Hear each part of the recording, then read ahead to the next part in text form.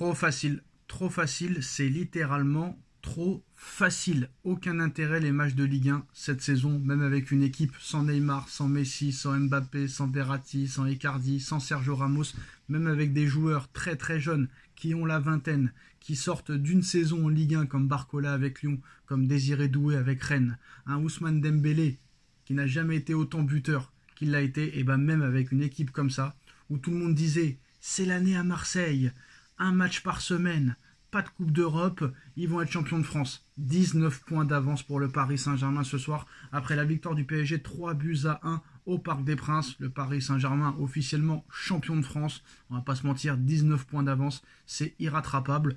Maintenant il va falloir m'expliquer comment Marseille peut commencer le match sans Greenwood, alors que Greenwood, vous l'aimez ou vous l'aimez pas, c'est le meilleur joueur de cette équipe et vous le mettez sur le banc. Aucun intérêt. Mais même avec un Paris Saint-Germain en roue libre, même avec un Paris Saint-Germain à 20% de ses capacités, même avec un Paris Saint-Germain qui a joué des prolongations, une séance de tir au but en plein milieu de semaine, se balade littéralement contre le deuxième de Ligue 1. Vous vous rendez compte un petit peu l'histoire. Alors peut-être qu'on va reparler de la Super League, je ne sais pas. Est-ce que ça va se faire dans les prochaines années? C'est possible, mais là frère, il y a tellement d'écart, c'est incroyable. T'as l'impression que même si le Paris Saint-Germain joue avec les U15 ou les U17, ce sera le même résultat. Ce soir, tu gagnes 3-1 en jouant vraiment petit bras. Voilà, en roue libre. Très clairement au petit trot. T'as joué au petit trot ce soir. Personne n'était à fond. Ousmane Dembélé qui marque son 30e but de la saison. Son 30e but de la saison. Son 22e but en 2025. Nous sommes qu'à la mi-mars. Vous vous rendez compte? Dembouz, 22 buts sur l'année civile 2025. 30 buts cette saison. Très clairement, je pense que ça peut être l'année de Dembouz pour le Ballon d'Or. Là, très clairement, c'est très très très fort.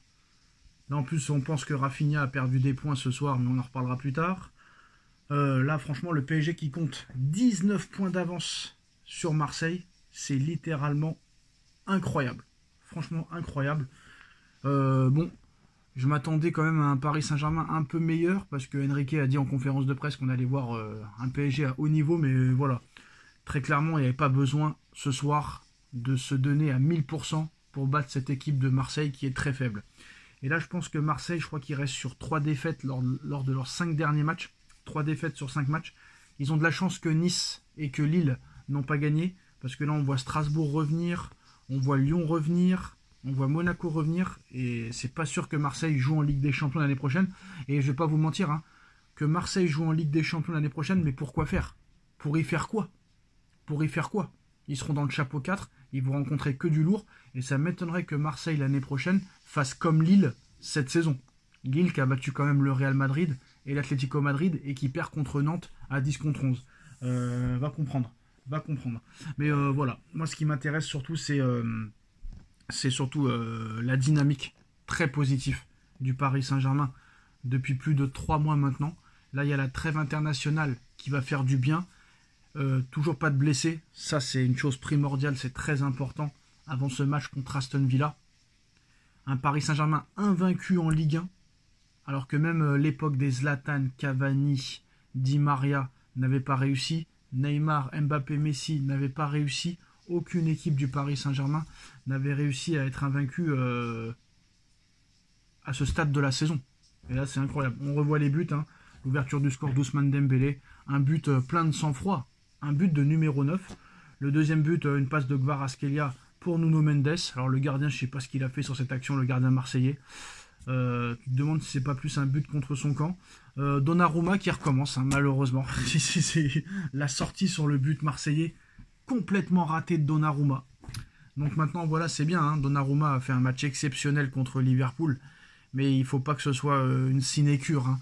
Il ne faut pas que ce soit le jugement dernier de la performance de Donnarumma contre Liverpool. Parce que là, on voit la sortie complètement ratée. Ça, en Ligue des Champions, ça peut faire très mal. Contre Marseille, c'est pas grave. Mais en Ligue des Champions, ça peut faire très mal. Mais voilà, après le 3e but contre son camp de Marseille. Mais vraiment, ce soir, tu avais l'impression que c'était un match amical. Je pense à ceux qui ont payé leur place ce soir. Ils n'ont pas dû être contents.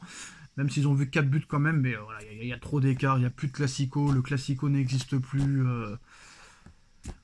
Il n'y a même pas de débat à faire, quoi. Je ne sais pas pourquoi on débat. Franchement, autant parler des prochains matchs qui vont arriver. Est-ce que Dembouz peut être Ballon d'Or cette saison? En tout cas, il est bien parti. Paris a gagné le trophée des champions. Paris est en quart de finale de Ligue des Champions. Paris est en demi-finale de Coupe de France. Paris est invaincu en Ligue 1. Il y a encore la Coupe du Monde des clubs. Il y a la Ligue des Nations. Si Paris gagne le championnat en étant invaincu, si Dembouz continue à marquer autant de buts, s'il gagne la Coupe de France, si admettons il gagne la Ligue des Champions ou qu'il va en finale, si admettons il gagne la Coupe du Monde des clubs, si admettons Dembélé gagne la Ligue des Nations avec l'équipe de France, si tu gagnes la Ligue des Champions, il y aura la Super Coupe d'Europe en septembre, il y aura encore une autre Coupe du Monde des clubs. Il peut se passer des choses complètement dingues pour Ousmane Dembélé cette saison. Et surtout, ce qui est impressionnant avec Dembouz, c'est que sur ces 30 buts, il y a seulement un seul penalty. C'est quand même exceptionnel. Ce qu'a réussi à faire Luis Enrique avec Dembouz, c'est exceptionnel. Et franchement, là, je pense qu'on est sur une dynamique où on ne peut pas s'arrêter. Ce qui est bien en plus de ça, c'est que Enrique est très pragmatique, Enrique est très prudent, très concentré. On a vu un petit peu, on va dire, la communication avant ce match en parlant d'Aston Villa. Il n'a même pas parlé de Marseille, tellement que c'était évident que tu allais gagner. Mais Marseille n'a pas fait ce qu'il faut pour jouer un classico ce soir. Marseille a été complètement inoffensif. Mais maintenant, c'est Aston Villa le plus important. Même si Enrique va vous dire que c'est le match contre Nantes avant Aston Villa qui est le plus important. Mais il a raison. Mais le match contre Aston Villa, il ne faut pas le prendre à la légère. Il ne faut pas faire la même erreur qu'on a fait l'année dernière contre le Borussia Dortmund, où on a dit ça y est, on est déjà en finale contre le Real Madrid. Non. Là, il va falloir vraiment être très pragmatique. Il y a beaucoup d'anciens Parisiens. L'ancien coach est parisien, Lucas Digne, Asensio, il y a Boubacar Kamara, l'ancien Marseillais. Donc, il faut faire vraiment très attention. Voilà. Maintenant, moi, ce qui me fait peur, c'est la trêve internationale, les blessures, les déplacements. Donc, on va croiser les doigts. C'est la dernière trêve internationale avant la fin de la saison. Donc, on va croiser les doigts pendant cette quinzaine qu'il n'y ait aucun blessé. Et si on revient le 30 mars sans blessé, bah là, tous les voyants sont au vert et tous les rêves sont permis. Rêvons plus grand, mais voilà. Mais ce soir, tu peux pas vraiment débriefer ce match parce qu'il n'y a rien à débriefer. Et c'est un match amical ce soir. Honnêtement, c'est un match amical. On va pas parler des insultes des supporters parisiens envers Rabiot. Ça n'a ni queue ni tête. On est plus évolué que ça. Mais voilà, ce soir, une victoire nette et sans bavure. Un Paris Saint-Germain qui surclasse la Ligue 1. Un Paris Saint-Germain qui joue bien. Un Paris Saint-Germain qui continue à mettre ses 3 buts de moyenne. Donc ça, c'est aussi impressionnant. Donc maintenant, il y a une dernière partie de saison. C'est là où ça va tout se jouer. Le mois d'avril, le mois de mai. Et surtout ce 8 avril, PSG Aston Villa. Où il faudra faire la différence très vite. Mais voilà, Dembélé, 30 buts. Un Paris Saint-Germain au top. Un Paris Saint-Germain invaincu. Un Paris Saint-Germain qui est encore en lice dans toutes les compétitions. Et voilà. Très clairement, tous les voyants sont au vert. Dites-moi en commentaire ce que vous en pensez et à très vite. Tchuss. Quelle remontada encore une fois du FC Barcelone. Le FC Barcelone est vraiment le spécialiste des remontadas, les gars. Le Barça a été mené 2 buts à 0. 2 buts à 0 par l'Atlético Madrid. À l'Atlético Madrid. À 20 minutes de la fin. Mais avec le Barça comme avec le Real, ce n'est jamais terminé. Mais franchement là, je crois que même tous les meilleurs scénaristes, tous les meilleurs réalisateurs n'auraient pas pu savoir et imaginer ça. Que le Barça allait gagner 3-2 à la 70e minute. Honnêtement, c'est ahurissant. Quand Sorloth met le deuxième but de l'Atlético Madrid, pour moi, c'est plié. Je regardais même plus PSG Marseille. C'est plié. Mais là, la remontada, comme quoi il faut toujours y croire. Il faut toujours y croire au football. Et Robert Lewandowski, 36 ans, qui réduit l'écart sur une passe de Inigo Martinez. 6 minutes plus tard, passe décisive de Rafinha pour Ferran Torres. 2 buts partout. Lamine Yamal, futur candidat au Ballon d'Or peut-être cette année, sur une passe magnifique de Pedri à la 92e, 3 buts à 2. Et Ferran Torres qui enfonce le clou à la 98e minute, parce que oui, vous savez, en Liga espagnole, il y a toujours 10 minutes d'arrêt de jeu, mais quel Barcelone, quel FC Barcelone incroyable, quel Barça incroyable ce soir. Et je pense que Diego Simeone Il doit en avoir marre du Barça, il doit en avoir marre du Real Madrid. Le Real et le Barça sont vraiment supérieurs à l'Atlético et ils sont en train de gâcher sa saison, que ce soit en Ligue des Champions, que ce soit en championnat. Et il y a encore un FC Barcelone-Atlético Madrid début avril. Le match retour, 4 buts partout. Mais là, franchement, ce qu'a fait le FC Barcelone, c'est totalement incroyable. Le Barça est une équipe exceptionnelle. Le Barça est la meilleure équipe du monde à l'extérieur. J'ai pas peur de le dire, hein. Même si Paris est en train de faire un truc exceptionnel à l'extérieur et va battre sûrement le record de l'AC Milan des années 90 lors du match contre Saint-Etienne. Le Barça, à l'extérieur, n'est pas le Barça de domicile. Le Barça à l'extérieur est très très dangereux. Quand le Barça n'a pas le ballon, le Barça est très dangereux. Et moi, il y a un truc que je comprends pas avec l'Atlético Madrid. Alors bravo au FC Barcelone d'avoir mis 4 buts en 20 minutes comme ça. Mais on va dire que l'institution Diego Simeone, depuis maintenant plus de 15 ans, voire 16 ans, c'était la défense. Qu'est-ce que faisait l'Atlético?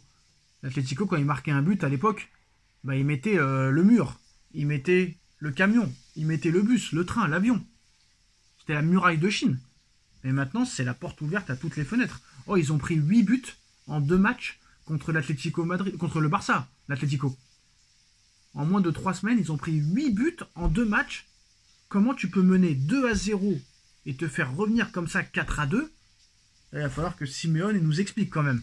Voilà. Après, ça n'arrange pas les affaires du Real Madrid, mais là, on va avoir un mano à mano entre le Barça et Real Madrid. Alors, ce qui est incroyable, hein, c'est que non seulement le match de ce soir, la fin de match du Barça est exceptionnelle, Yamal est exceptionnel, Lewandowski est exceptionnel, Rafinha est exceptionnel. Yamal sera un candidat pour moi au Ballon d'Or en 2025, c'est sûr et certain, avec les Rafinha, Dembouz, Mbappé, Pedri aussi. Pedri qui est un grand candidat au Ballon d'Or, faudra suivre ça.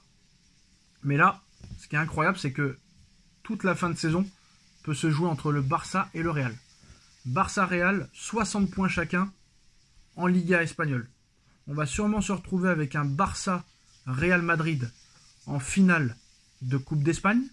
On peut se retrouver avec un FC Barcelone-Real Madrid en finale de Ligue des Champions. Il y a déjà eu un Real-Barça en Super Coupe d'Espagne. Là, vraiment, peut-être que quelqu'un fera le malheur de l'autre, ou le contraire. Donc voilà, qui va être champion d'Espagne entre le Barça et le Real Madrid? En tout cas, ces 3 équipes-là peuvent se rencontrer peut-être pour des finales dans toutes les compétitions possibles et imaginables. Je voudrais parler quand même de Lamine Yamal, parce que ce qu'il fait à son âge, c'est quand même exceptionnel. Le mec, à 16 ans, il te gagne l'Euro 2024, enfin 16-17 ans. L'Euro commence, il a 16 ans, il finit, il a 17. Le mec gagne l'Euro 2024, il a gagné la Liga espagnole en 2023, même s'il a joué qu'un match, il l'a gagné. Et là, ce qu'il est en train de faire, on le critique à 17 ans, il marque pas assez, 2 buts sur les 2 derniers matchs. Il est totalement incroyable. Puis on va pas se mentir, le Real Madrid, enfin le FC Barcelone. Le FC Barcelone a le meilleur centre de formation du monde. Voilà. C'est-à-dire que cet été, ils peuvent vendre Yamal, ils peuvent vendre Gavi. D'ailleurs, apparemment, il paraît que Gavi et Fermin Lopez pourraient être vendus cet été parce que le Barça a besoin de liquidité. Mais là, l'équipe du Barça, elle vaut cher. Hein. Si tu décides à vendre tous les joueurs, c'est du très très très lourd. C'est du très très très très très très lourd. Hein. Entre Rafinha, Dani Olmo, Lamine Yamal, Pedri, Gavi, Cubarsí, Martinez, Baldé, qui est un joueur exceptionnel, Koundé, etc. Non, ce qu'a fait le Barça et ce qu'a fait Flick surtout. Hein. Flick, faut pas oublier Flick. Flick, ce qu'il est en train de faire, c'est un travail exceptionnel, remarquable. Mais voilà, le Barça est très très dangereux cette année.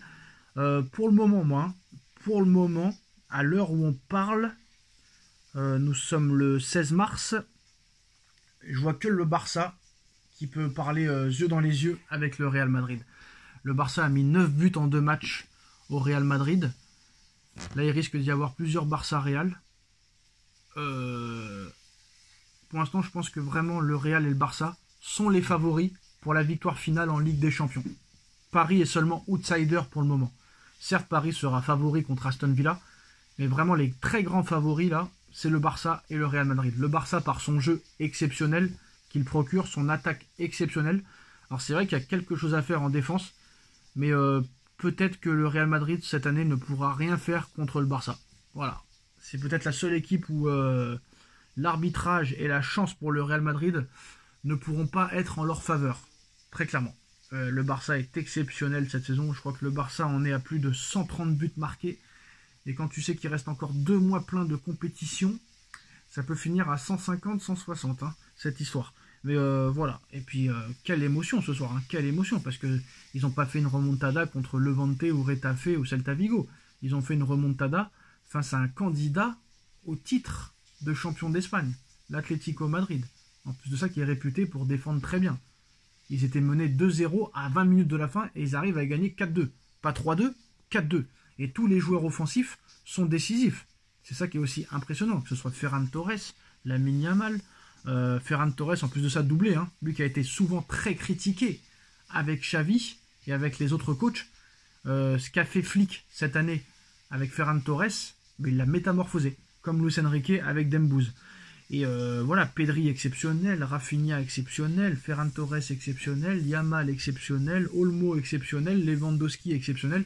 Ils ont une armada exceptionnelle. Et je pense que pour le moment, avec le Real, c'est les grands favoris.